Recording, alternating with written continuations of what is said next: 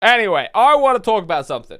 I want to talk about the time I almost destroyed my car. I had a bad experience with my car. It was a long time ago now, so it was probably a couple of years ago. I really need to start a story where it begins. So, girlfriend at the time, she really liked animals, and I decided that it would be a good idea to adopt an animal for her. I was like, okay, where can I do this? How am I going to do it? It needs to be something that we can go away for, a weekend away or like a night away. And I was like looking around there. I didn't really want to stay in our local area in the UK. So I had a look around and there was zoo type thing in Wales.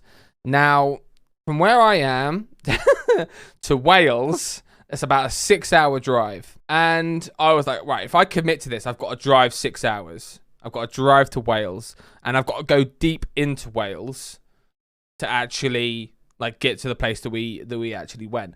So I'm like, I'm in an RN and I ring this place up and I'm like, hey, yo, okay. So the thing is that I want to adopt an animal. And I'm trying to think of what animal it is like on the phone. They were discussing it with me. And I was like, you know what? I want to do a llama.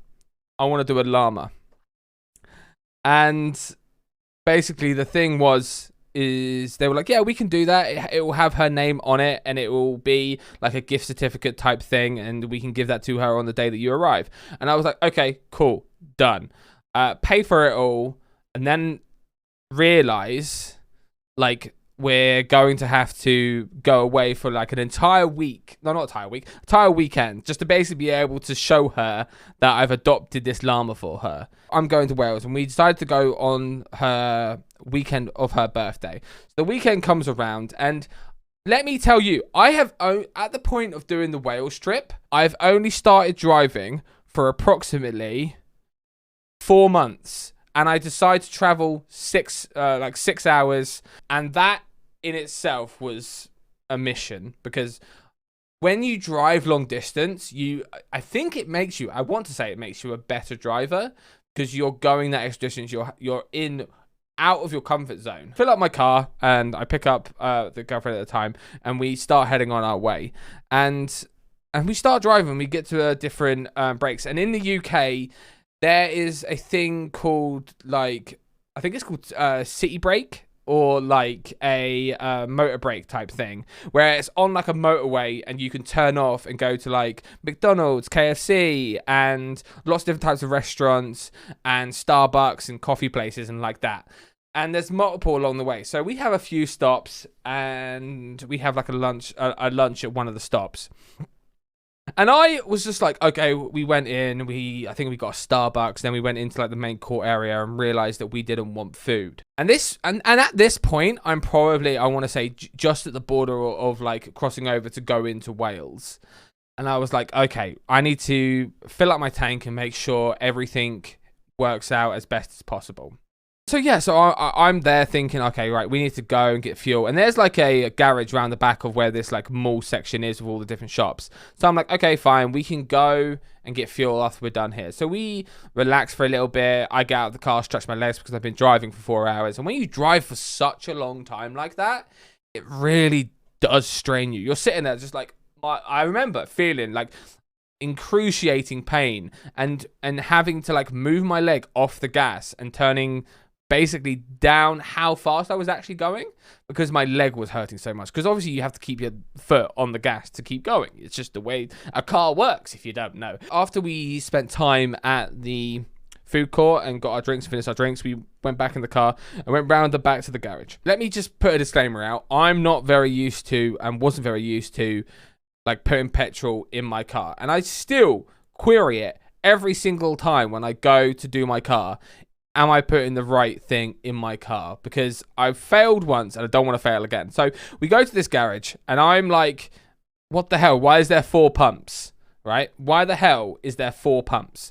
And I try to read each one, but something must have happened. I can't really remember what.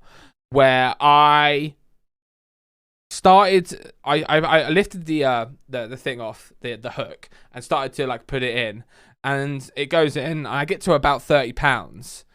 And I look down and I read diesel on it. And just as a fair warning, my car is a petrol car. You can't mix the two. That's very bad. It can basically destroy another car, okay? Or destroy my car. So I was a bit freaking out. And being the dumbass that I am, I decided that I would fill it up with petrol. I go into the garage to pay. And the counter is like, oh, did you use the diesel and petrol? And I was like... So I had to pay the amount. And I think it was roughly about £40, £50 worth of fuel that I've just paid for. And I get back in the car and I sit there for a second. My girlfriend at the time, who was with me, was like, oh, what's wrong? And I was like, slight issue. Just a slight issue. I may or may not have put in diesel in my car. And she's like, what? And it's like, so I don't think that we can actually move. And she's like, are you serious? And then she just starts laughing and being like, of course this happens now. Of course this is a thing that is like something that makes this whole weekend a catastrophe. And I'm like, all right, I'm just going to move the car into like some parking spaces that is literally in front of us. Right? And so I move the car and I'm like, oh, fucking hell, what do I do? I've just paid £50 for fuel that I literally can't use. And so I walked back into the thing and I was like, oh, hey, have you got a number for a person who could drain my tank in my car? And they were like, yeah, we got this. And I was like, oh, okay, cool. I call this number and I basically tell them the situation. I put the wrong stuff in my tank and I need to get it fixed. And they were like, oh, okay, cool. We'll call you back and see if we've got a driver near you that can come. And I was like, okay, that's absolutely fine. And let me tell you, by the way, this was literally in the middle of summer, right? And it was boiling hot, okay? So we were in this parking space and literally doors were open. We had snacks and drinks, luckily. But the amount of time it took for this guy to come was such a long time. So basically, I get a call back from the company, and like, yeah, we've got someone in your vicinity, but he's gonna be roughly about 2 hours. And I was like, great, great, this is gonna be great fun. And I'm on the phone. I'm like, yeah, okay, yep. See you soon. Bye. And the person I'm with at the time just kind of looks at me and goes, so how long are they gonna be? And I and I kind of just went, so they're going to be 2 hours. And she was like, oh. At this point, I just find it hilarious that it's happened. Because what we plan to do is we plan to go into Cardiff for a little bit and just have a mooch around and then travel to where we were staying. But yeah, that weren't going to happen now. So we kind of opened up the doors, chilled out in this parking space. And I remember us eating food. I had to go in because I forgot my charger, my car charger. I had to go in to the garage again. And I brought a rechargeable battery pack to charge my phone to make sure that my phone was charged the entire way. Because apparently at that time, I didn't want to buy a car charger. We were in and out of the car so often. It was just like we were playing musical chairs. I think at one point we were just like, it's too hot in the front, let's just sit in the back. And we just sat in the back, all doors open. I think people thought we were crazy. And after a while, every so often, we got to the point of about 2 hours where we were like outside and waiting for this guy to come. And every so often we were like looking at every person, the car that came through, just being like, oh, is that him? Is that him? And we get a call. With these welcome break things, with these places that you can stop off when you're on long distance, there's two on either sides of the road, but they're on dual carriageways, so you can't cross, and there's no way to go. It's not like an underpass or anything that you can go under. And I get a call, and he's like, are you on this one? And then I'm like, no, I'm not. I'm on the other one. And then he's like, all right, I'll be there in a bit. Puts the phone down. Is he on his way? Yeah. He's on that one over there. and we just started cracking up at this point. We just found it hilarious. Finally got to the place. He finally got there and was like, you know what? It's great. It's fine. I can start pumping it. And he just started chatting to us, being like, yeah, it happens to the best of us. Don't worry about it. It's just one of those things, you know, and it took a long time to get a pump. Obviously, we had to get every single bit out of there, and then he refueled it with a little bit that he had on his van to allow me to get to a pump again. So this is the point where it hurt. I found out, I think it cost like 200 and something pounds. I think it was like 240 pounds. I think it cost me to like detank everything from my car and make it so that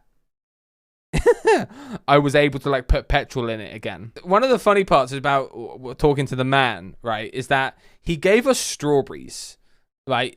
Like as like a warm-hearted, like, oh, sorry about this. Here, have some strawberries. And I was like, and to be honest, me and my partner at the time were like, we're not gonna say no to strawberries. It's a hot day. We want some nice strawberries.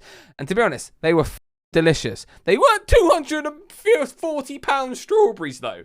Let me tell you that. He basically gets it all sorted and puts a little bit of fuel in my car, and I'm able to move it. And he's like, yeah, just make sure you don't do it again. Make sure you use petrol. I don't want to be coming back. You know, it's like joking and laughing, haha.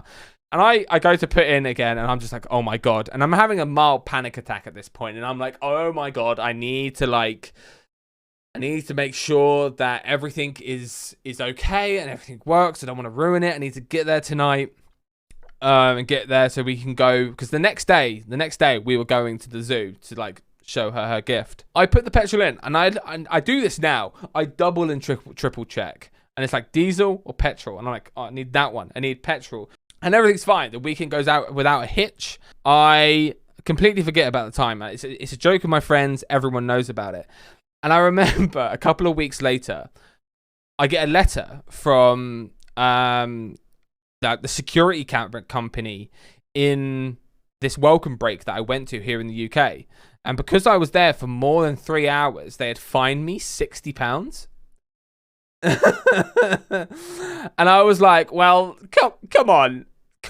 You can see that there's a reason that I'm sitting there and sitting at this place waiting for like someone to come. And I sent them an email back basically being like, look, I'm really sorry. The reason that I was in this predicament was because I'm an idiot and paid 204. And I actually told them how much I paid, so they felt bad for me because, you know, that's another £60 I'm going to have to spend. And I was like, I actually put like diesel in the petrol car.